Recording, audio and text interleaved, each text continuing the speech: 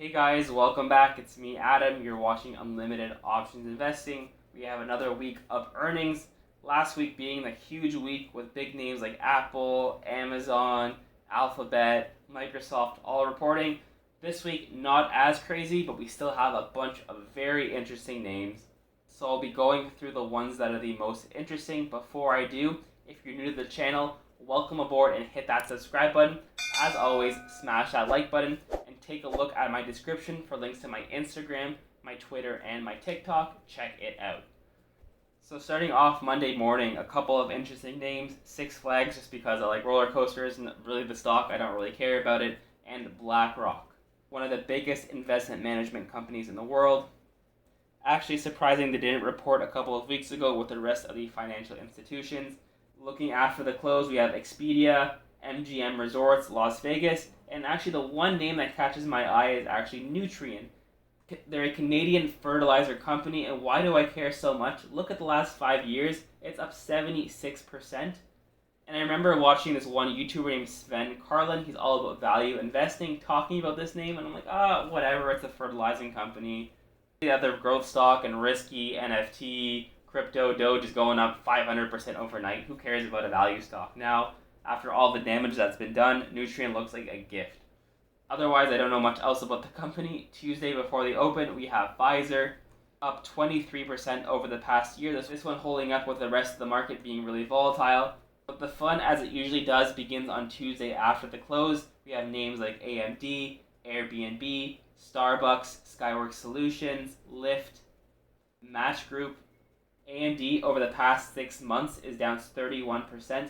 From those all-time highs at 161, we're down almost 50% on AMD, now a market cap of $138 billion. Airbnb, this one became public back in December of 2020, up 10% all-time, but as you can see, very volatile, hitting over $200 a couple of times, then going below to 135 a few times, and just volatile up, down, all around, a market cap of $97.5 billion. Starbucks, and this one has gotten thrashed. Over the past year is down 35%, yielding a dividend of 2.63% and a market cap of 85.86. But really ever since maybe the end of December, beginning of January, as the rest of the market has been falling off a cliff, really, this is when you see most of the declines, because pretty much it was trading sideways before that, all the way up until the end of the year. On Wednesday before the open, we have names like Moderna, Barrick Gold, Marriott. You actually have a lot of hotels. You have Marriott, Hilton, again, MGM Resorts.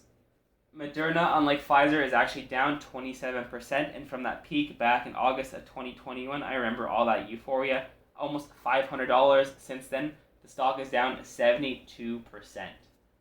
After the close on Wednesday, Uber, Etsy, Twilio, Skills, remember Skills once upon a time. This one in the middle of the SPAC euphoria, going all the way up parabolic to $43, and now we're at $2, down 95%. Wow. And even Etsy over the past year hit all-time highs of just below $300. Now we're down, 66%? Yeah, almost 70% on Etsy. Wow. Thursday before they open, another big stock that's fallen off a cliff, Shopify. Don't even have to look that far on this one. Over the past 6 months, down 72%. What? There really is a curse when it comes to Canadian tech companies. BlackBerry is an example. Oh man, you become the biggest tech company in Canada and then you just get destroyed afterward. But unlike BlackBerry, Shopify is not showing any signs that it's going anywhere anytime soon. The only issue is the growth and the euphoria of the pandemic. Everyone's staying home, creating their online stores. Those days are done. We're not seeing that same kind of growth and sentiment and euphoria. But again, the story is still there long term. Thursday after the close, we have Block. This one also pretty devastated over the past 1 year. Fubo TV, Lucid, Cloudflare, Open Door, Mercado Libre, Wish, DoorDash, Virgin Galactic, Vertex. So a lot of really good names on Thursday after the close. You take a look at Block over the past year, down 60%. You take a look at Lucid over the past couple of years, reaching $50 a couple of times. Now we're back below $20, a market cap of just below $30 billion. Mercado Libre, this one again a pandemic winner, reaching all-time highs of just below $2,000. Now since then, down 50%. Ouch, ouch, ouch. Virgin Galactic, this one, you take a look at the 5-year chart, you see these two big Euphoric spikes over $50. Since those highs, we are down to $8, down 80%. And we also have Vertex, a pharmaceutical company. This one is actually up 25% on the year, so a feel-good story after seeing so much red in those other companies. And really, Friday before they open, you have one big name in DraftKings. You have Under Armour, you have Enbridge, which has done very well this year. Year to date is up 11%, and I know that doesn't seem like very much, but for a company that's a very, very stable one that pays a dividend of over 6%. And once upon a time, it was up 20% on the year, with natural gas and oil doing so well this year.